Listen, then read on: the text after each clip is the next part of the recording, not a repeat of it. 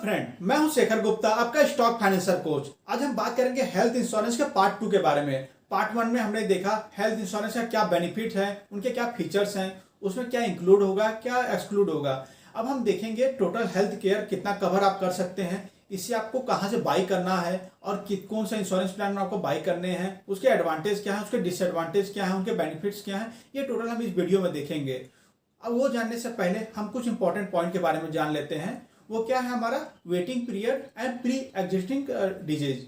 ये क्या होता है, मान लीजिए आपको कोई प्री एग्जिस्टिंग डिजीज है तो उसको आप जब पॉलिसी लेते हैं तो आपको वो मेंशन करना रहता है। पहले क्या होता था कि आप जो क्लेम लेते थे वो बहुत रिजेक्ट हो जाते थे आपके प्री एग्जिस्टिंग कंडीशन की वजह से। मीन्स आपने अपना उसमें नोटिस नहीं किया कि आपको ये डिजीज पहले से है, तो इस वजह से क्लेम आपको मिलता नहीं था, बहुत बार रिजेक्ट भी हो जाता है, अभी भी ये रिजेक्ट हो रहे हैं। तो इसके लिए IRDA ने एक फॉर्मूला बनाया है जिसके तहत आपकी प्री एग्जिस्टिंग कंडीशन को, डिजीज को आपको डिफाइन कर दिया है। प्री एग्जिस्टिंग डिजीज का मतलब क्या हुआ, अगर आप पॉलिसी ले रहे हैं उसके 48 मंथ पहले, मतलब 2 साल पहले, अब वो आपको डिजीज को क्लेम करना पड़ेगा कि आपको डिजीज है, वो तो बताना पड़ेगा उस पॉलिसी में। अगर वो है तो आपको कितने जो प्रीमियम पे करना पड़ेगा वो एक्स्ट्रा पे करना पड़ेगा, और जो आप उसमें जो क्लेम जो उस प्रीमियम में जो कॉस्ट क्लेम करेंगे अपने डिजीज के ट्रीटमेंट के लिए वो 5 ईयर ऑनवर्ड करना पड़ेगा। मान लीजिए आपने अभी मार्च 2021 में पॉलिसी खरीदी तो आपको मार्च 2025 में आप उसका कॉस्ट क्लेम कर सकते हैं, उससे पहले नहीं। अब बेसिकली इसकी वजह से आपको अगर प्री एग्जिस्टिंग कंडीशन में कोई डिजीज है तो उसका प्रीमियम अधिक देना पड़ता है। और ये वेटिंग पीरियड अलग अलग डिजीज के लिए अलग अलग डिफाइंड है। कुछ के लिए ये 2 से 4 साल डिफाइंड है, किसी के लिए 2 से 5 साल डिफाइंड है, वो अलग अलग है। तो इसके लिए मैं आपको ये सुझाव दूंगा, तो आप अपना जो डिजीज है, जो पुरानी डिजीज है, डायबिटीज है, हार्ट डिजीज है, कुछ भी डिजीज है, आप उससे कितने जरूर क्लेम करें अपने पॉलिसी में, बता दें वहां पे मुझे आपको ये प्रॉब्लम है। मुझे नहीं, आपका बहुत बार ये होता है कि आपको जो पॉलिसी है वो टर्मिनेट कर दी जाती है। अब हम जानते हैं अपने दूसरे पॉइंट पे, वो क्या है, नो क्लेम बोनस।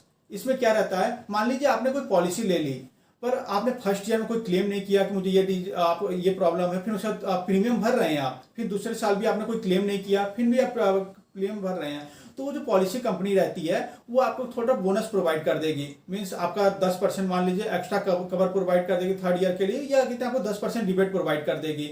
ये डिपेंड करता है, वो 50% भी आपको टैक्स बोनस वो प्रोवाइड कर सकती है या 100% बोनस प्रोवाइड कर सकती है, डिपेंड करता है। तो इसलिए आप अपना जो क्लेम है उस पर कितने जरूर पा सकते हैं इसे।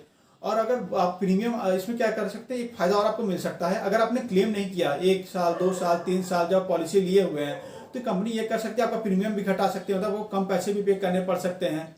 और इसका एक फायदा भी है, अब प्रिवेंटिव हेल्थ चेकअप आपको मिल जाता है। इसमें क्या रहता है कि आप अगर हॉस्पिटल में जाते हैं तो अपना रेगुलर आप चेकअप करवा सकते हैं, ये फायदा मिलता है नो क्लेम बोनस में। और इसमें क्या है, आपको रिफंड भी मिल सकता है। मान लीजिए आपने कोई हॉस्पिटल में ट्रीटमेंट करवाया, वहां पे आपको 2500 से लेकर 5000 तक का रिफंड मिल सकता है। अब हम अपने तीसरे पॉइंट पे आप अपने आ जाते हैं, जो हमारा मेन पॉइंट है, टोटल हेल्थ कवर। आपको कितने का ऐसे इंडिविजुअल कितने का health cover health insurance policy लेनी चाहिए, अपनी फैमिली के लिए कितनी लेनी चाहिए, ये इसमें डिपेंड करेगा। वो कुछ फैक्टर पे डिपेंड करता है, उस फैक्टर को हम जान लेते हैं। पहला है आपका एज, आप कितने साल को, 28 साल के एज में आप ले रहे हो कि 40 साल में आप ले रहे हैं। दूसरा क्या है आपका एग्जिस्टिंग कंडीशन।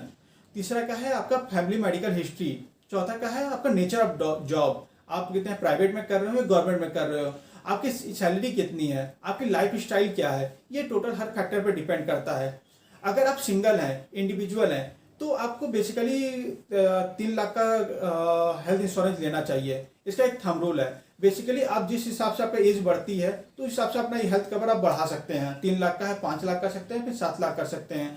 अगर आप फैमिली मेंबर के लिए ले रहे हैं, मतलब आपके 2 एडल्ट एंड 2 किड्स के लिए आप हिसाब से ले लें, तो उसके लिए आपको बेसिकली 5 से 10 लाख का कितने हेल्थ इंश्योरेंस कवर तो जरूर लेना चाहिए। इसके लिए भी एक थंब रूल है, बेसिकली आपका 50% ऑफ योर एनुअल सैलरी, मान लीजिए आप 10 लाख की सैलरी कमा रहे हैं सालाना, तो उसका 5 लाख का आपको कवर लेना चाहिए। या दूसरा फैक्टर है, ये आपका डिपेंड करता है cost of heart surgery in your city.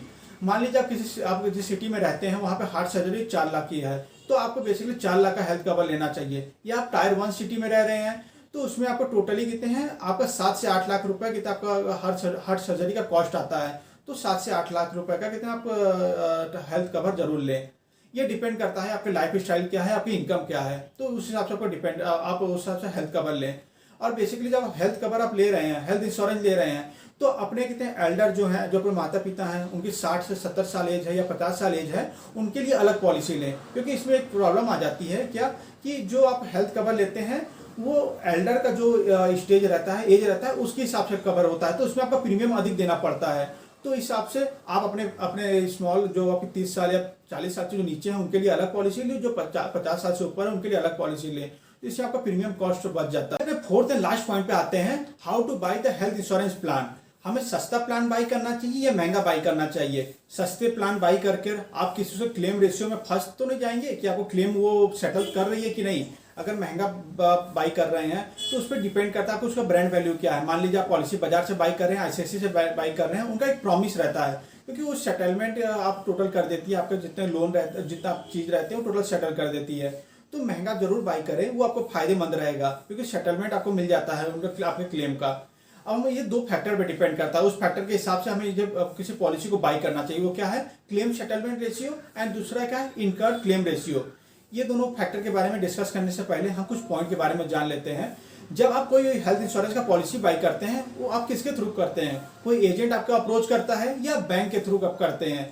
तो बेसिकली जब एजेंट अप्रोच करता है तो आप ये समझ लीजिए वो आपको कुछ अधिक कमीशन पाने के लिए आपको कोई भी पॉलिसी दे सकता है। तो इस चीज से आप बचें। बेसिकली आप इसे ऑनलाइन जाकर परचेस कर सकते हैं, उसमें आप देख सकते हैं कौन सा पॉलिसी आपके लिए अच्छा रहेगा। जैसे पॉलिसी बाजार में है, आप उनके वेबसाइट पे जाकर आप उसमें कितने चेक कर सकते हैं कौन सा पॉलिसी आपके लिए अच्छा रहेगा। जैसे अभी कोरोना का भी पॉलिसी आ गया है तो उसमें भी ऐड हो गया है। चेक करने के बाद आप उसे बाई कर सकते हैं।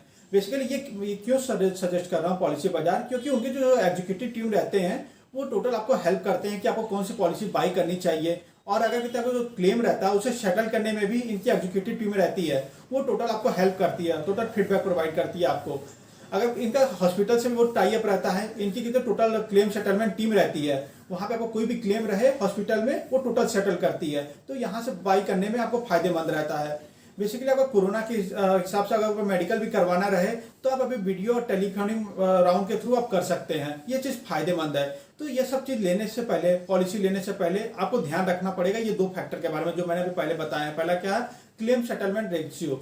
इसका मतलब क्या होता है, जितना भी क्लेम आया कंपनी में कि हेल्थ इंश्योरेंस का लेके, वो एक साल में वो टोटल क्लेम कितना सेटल कर दे रही है, ये क्लेम सेटलमेंट रेशियो होता है। मान लीजिए कंपनी का 85% क्लेम सेटलमेंट रेशियो है तो आप वो जरूर बाई करें, क्योंकि वो एक साल में इतना पोजीशन सेटल कर दे रही है। दूसरा क्या है आपका, इनकम इनकर्ड क्लेम रेशियो। ये क्या होता है, मान लीजिए कंपनी ने कितने जितना पैसा एक पॉलिसी में कवर किया, उस पैसे का कितना पैसा आपका यूज करिए क्लेम को सेटल करने के लिए। अगर इसका रेशियो आपका हाई भी रहा तो वो भी बेकार है, क्योंकि कंपनी क्या कहते हैं अधिक पैसा उसमें यूज हो जा रहा है। तो इस क्लेम सेटलमेंट, ये इनकर्ड क्लेम रेशियो को जरूर ध्यान दें। अगर मान लीजिए आपका 90% हो रहा है, मतलब कंपनी अपना अधिक पैसा खर्च कर दे रही है आपको कितने पैसे देने के लिए, मतलब कंपनी के पास अधिक पैसा बचा नहीं है। अगर उनका रेशियो 50% से नीचे रहता है, मतलब कि ये होता है कि आपसे अधिक प्रीमियम चार्ज कर रहे हैं और वो कंपनी केवल अपना प्रॉफिटेबिलिटी सोच रही है, आपके बारे में नहीं सोच रही है। तो ये रेशियो के बारे में जरूर ध्यान रखें। अगर इनकम क्लेम रेशियो आपका 70 से 80% आता है, 70 to 80%, तो आप जरूर उसे बाई करें। अगर 60 to 70 भी आता है तो कोई भी दिक्कत नहीं, आप उसे बाई कर सकते हैं। चलिए, हमने इससे देखा किस तरीके से आपके कंपनी के ब्रांड वैल्यू पे आप पे डिपेंड करता है कि उसको कैसे बाई करें। अब मिलते हैं नेक्स्ट वीडियो के लिए, तब के लिए इतना ही, धन्यवाद।